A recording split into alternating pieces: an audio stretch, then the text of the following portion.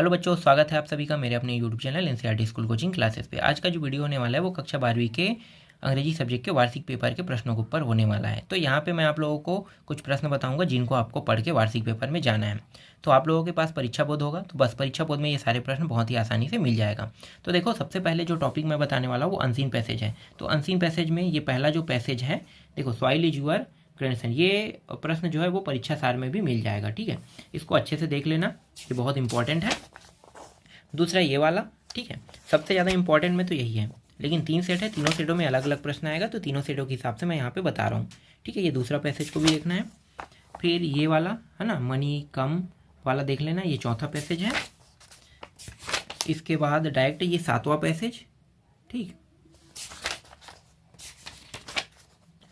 ये 9वां पैसेज, ठीक है, 9वां पैसेज, ये 11वां पैसेज, ये 12वां। इतना देख सकते हो, 6 कम से कम देखना है तुम्हें। ठीक है, 6 में से आएगा ही आएगा।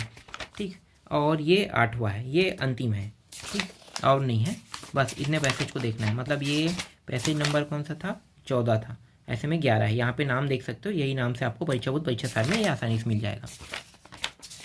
अब मैं बताने वाला हूँ तुम लोगों को, देखो, अनसीन एनालिसिस वाला टॉपिक आएगा। इसमें 4 प्रश्न है, चारों को देखना है, बहुत आसान है। मैं आपको थोड़ा सा बता देता हूँ। देखो, how many student like cricket, तो यहाँ पे पूछ रहा है कि कितने स्टूडेंट जो है वो क्रिकेट को पसंद करते हैं। तो यहाँ पे कितना, देखो, क्रिकेट 120 है। बस ऐसे छोटे छोटे प्रश्न रहेगा, इनका उत्तर इसी तरीके से देना है, 4 नंबर का रहेगा। ठीक है, तो इसमें 4 प्रश्न है। जैसे कि ये दूसरा वाला भी देख लो, ये थोड़ा सा चार्ट वाला है ना। तो देखो, how many student favourite sports is sorcerer.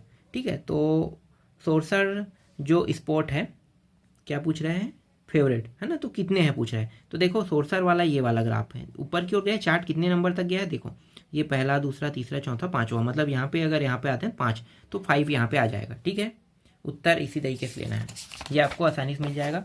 फिर तीसरा और ये वाला चौथा। ठीक है, इन चारों को देखना है। अब मैं नोट मेकिंग और समराइजेशन में बता देता हूँ।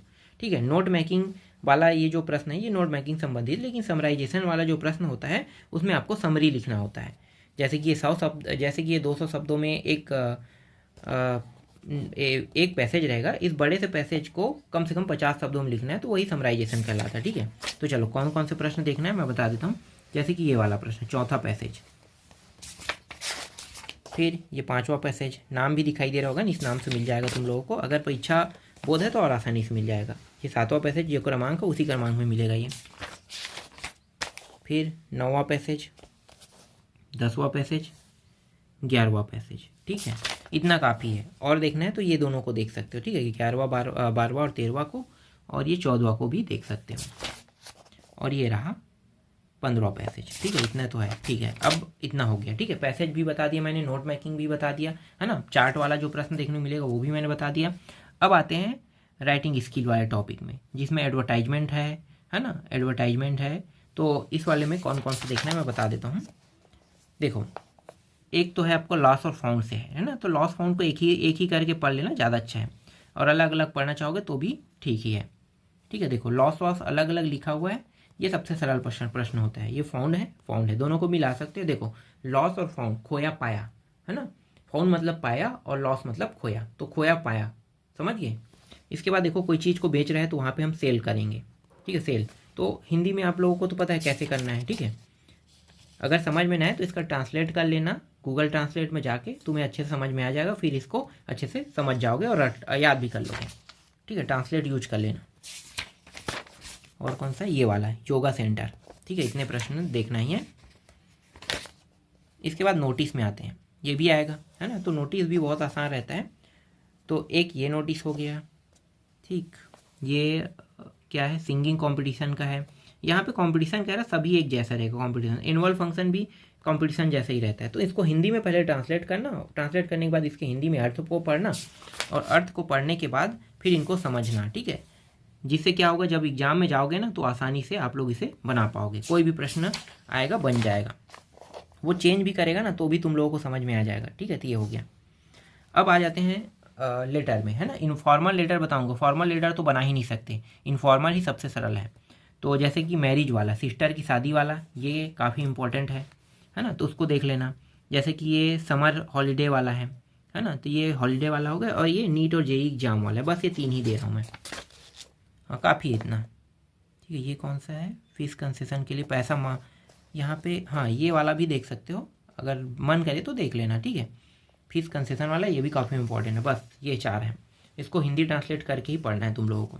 अब आ जाते हैं निबंध। देखो फॉर्मल लेटर बहुत हार्ड रहता है, जिसे बिजनेस लेटर या अन्य नामों से आप जानते हो। अब पहले ध्वनि विस्तारक यंत्र आता था, लेकिन अब थोड़ा सा कठिन कर दिए है ना, आता है अभी भी लेकिन थोड़ा सा कठिन हो गया है।